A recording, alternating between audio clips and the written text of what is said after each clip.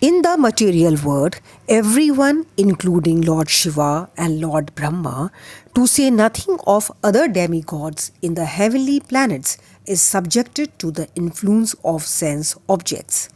And the only method to get out of this puzzle of material existence is to become Krishna conscious. Lord Shiva was deep in meditation, but when Parvati agitated him for sense pleasure, he agreed to the proposal, and as a result, Kartikeya was born. When Haridas Thakur was a young devotee of the Lord, he was similarly allured by the incarnation of Maya Devi. But Haridas easily passed the test because of his unalloyed devotion to Lord Krishna. Sri Yamunacharya, a sincere devotee of the Lord, shuns all material sense enjoyment due to his higher taste for spiritual enjoyment in the association of the Lord. That is the secret of success.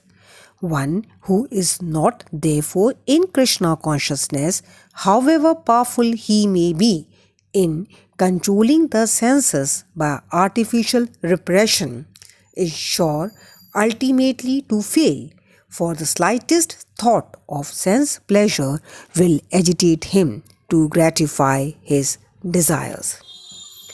While contemplating the objects of the senses, a person develops attachment for them, and from such attachment, lust develops, and from lust, anger arises. From anger, delusion arises, and from delusion, bewilderment of memory. When memory is bewildered, intelligence is lost, and when intelligence is lost, one falls down again into the material pool. By development of Krishna consciousness, one can know that everything has its use in the service of the Lord.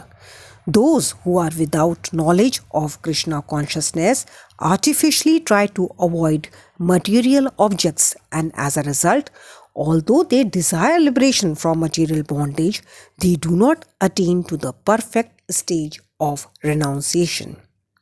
On the other hand, a person in Krishna consciousness knows how to use everything in the service of the Lord. Therefore, he does not become a victim of material consciousness.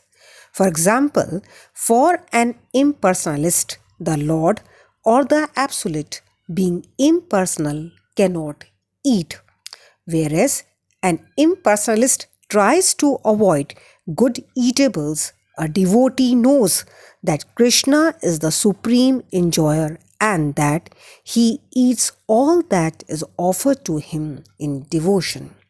So, after offering good eatables to the Lord, the devotee takes the remnants called prasadam. Thus, everything becomes spiritualized and there is no danger of a downfall.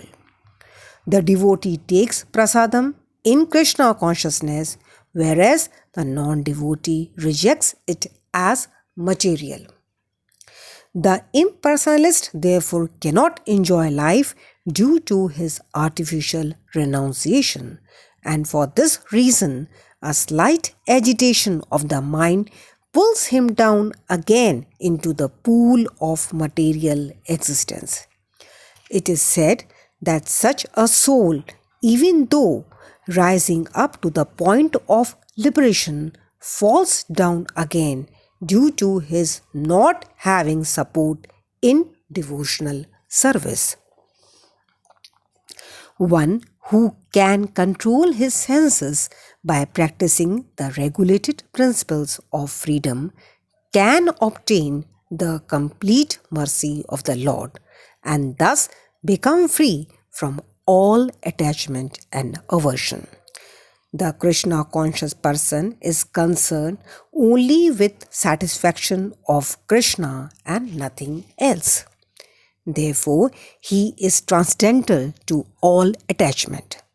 If Krishna wants, the devotee can do anything which is ordinarily undesirable, And if Krishna does not want, he shall not do that which he would have ordinarily done for his own satisfaction. Therefore, to act or not to act is within his control because he acts only under the direction of Krishna.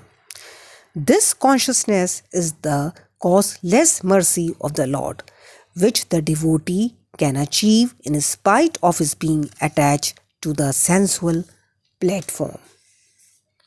One who is not in transcendental consciousness can have neither a controlled mind nor steady intelligence, without which there is no possibility of peace. When one understands that Krishna is the only enjoyer of all good results of sacrifice and penance, and that he is the proprietor of all universal manifestations, that he is the real friend of all living entities, then only can one have real peace. Therefore, if one is not in Krishna consciousness, there cannot be a final goal for the mind. Disturbance is due to want of an ultimate goal, and when one is certain that Krishna is the enjoyer, proprietor, and friend of everyone and everything, then one can, with a steady mind, bring about peace. Therefore, one who is engaged without a relationship with Krishna is certainly always in distress and is without peace. However much one may make a show of peace and spiritual advancement in life, Krishna consciousness is a self-manifested peaceful condition which can be achieved only in relationship with Krishna. Hare Krishna. Please like, subscribe and share. Please.